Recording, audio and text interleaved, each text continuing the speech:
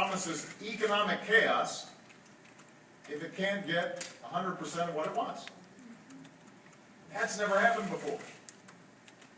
But that's what's happening right now.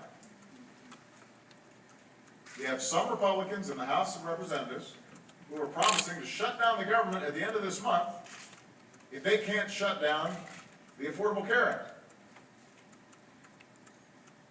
And if that scheme doesn't work, some have suggested they won't pay the very bills that Congress has already run up, which would cause America to default on its debt for the first time in our history, and would create massive economic turmoil. Interest rates on ordinary people would shoot up. Those kinds of actions are the kinds of actions that we don't need. The last time the same crew threatened this course of action, back in 2011, even the mayor's suggestion of default slowed our economic growth. Everybody here remembers that. Wasn't that long ago. Now keep in mind, initially, the whole argument was we're going to do this because we want to reduce our debt. That doesn't seem to be the focus now. Now the focus is on Obamacare. So let's put this in perspective. The Affordable Care Act has been the law for 3.5 years now. It passed both houses of Congress. The Supreme Court ruled it constitutional.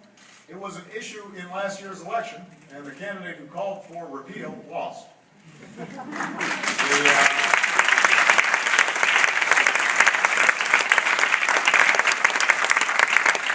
Republicans in the House have tried to repeal or sabotage it about 40 times.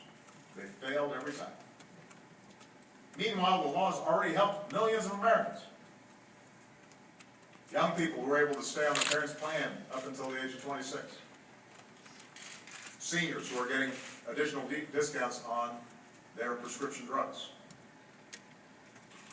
Ordinary families and small businesses that are getting rebates from insurance companies, because now insurance companies have to actually spend money on people's care instead of on administrative costs and CEO bonuses. A lot of the horror stories that were predicted about how this was going to shoot rates way up, and there were going to be death panels and all that stuff. None of that stuff's happened. And in 2 weeks, the Affordable Care Act is going to help millions of more people. And there's no serious evidence that the law, which has helped to keep down the rise in healthcare costs to their lowest level in 50 years, is holding back economic growth.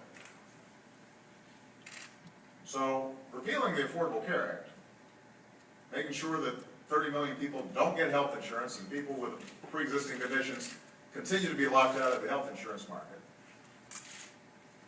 that's not an agenda for economic growth. You're not going to